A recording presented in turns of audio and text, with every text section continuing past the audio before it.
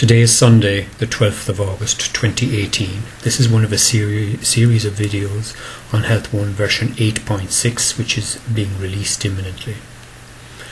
This particular video is about billing, where we insert a bill for every consultation, both private and public.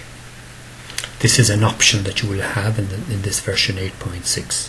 So we will implement when the option, when leaving or saving a transaction, a bill will be inserted, or by option when you're starting a new consultation, or not at all.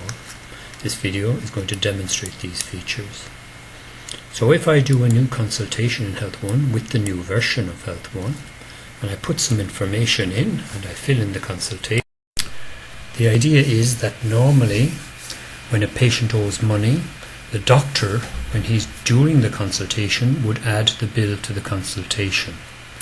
This bill would then be, again by option, auto-saved, and the receptionist would see the bill when the patient goes out to the reception, and she could pay off the bill without going into the patient file. This has been in operation for a couple of years now.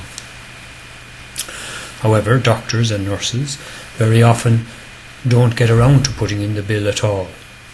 They leave the file open and they carry on putting information in without putting any bill in. This new feature is designed such that when the doctor is finished with the patient and closes the patient file, automatically an invoice will be inserted. And that invoice will automatically default, and this is by option, to this particular description and this particular price, if it's a private patient. And that bill will go in there when they save the transaction. Likewise, if we have a medical card patient, when the doctor is finished with the consultation and saves the consultation, he will get an automatic bill even though the patient has a medical card number, but this consultation will say GMS patient, no charge, and you can change that if you like. So that's automatically inserted. Or you can avoid this altogether. The only problem with this so far is that very often while the doctor is seeing the patient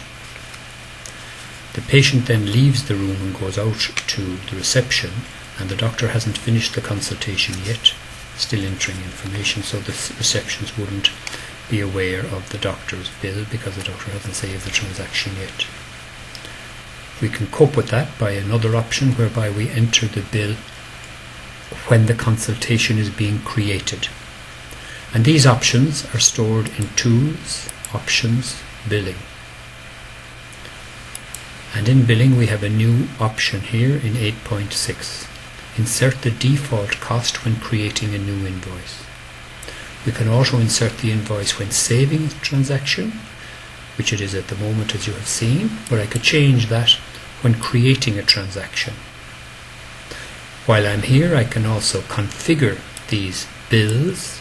So if it's a GMS patient, this will be the description and this will be the price. If it's a private patient, this will be the description and this will be the price. If it's an obstetrics consultation, it will be just obstetrics, no charge, and you can change these as you so wish. So let's get another patient up.